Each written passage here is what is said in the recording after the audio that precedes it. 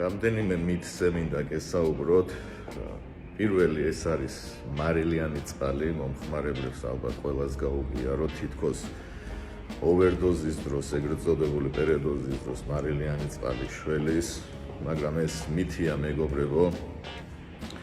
მას ოვერდოზს შველის მხოლოდ ექიმები, ნარკანი, ნალოქსონი, თუ ექიმს არ იძახებ, მაშინ ნარკანი და ნალოქსონი მაინც უნდა კონდეს ადგილზე. ზოგადად რა ხდება ხო ოვერდოზის დროს?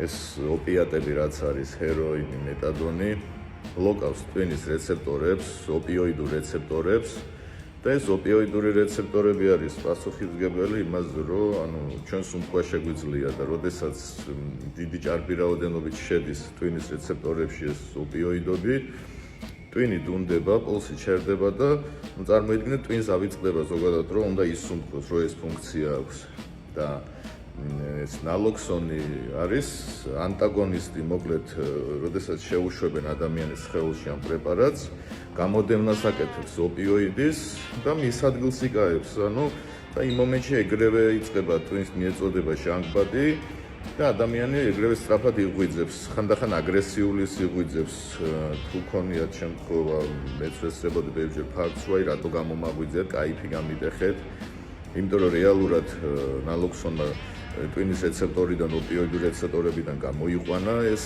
ნარკოტიკი და ფაქტიურად ადამიანი გამოფხიზდა.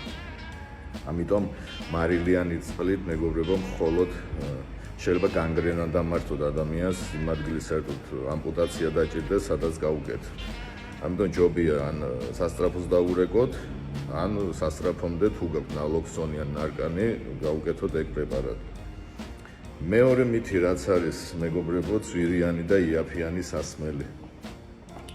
ხშირად მიდის, მოკლედ ამით თავის დამშვიდება, რომ იაფიან სასმელს არ ვსვამ, მე ძვირიან სასმელს ვსვამ.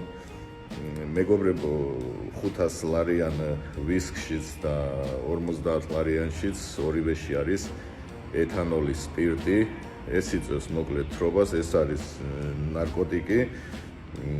და მოკლედ განსხვავება არის იმაში, რომ ბრენდში ვინ გაუკეთა რეკლამა.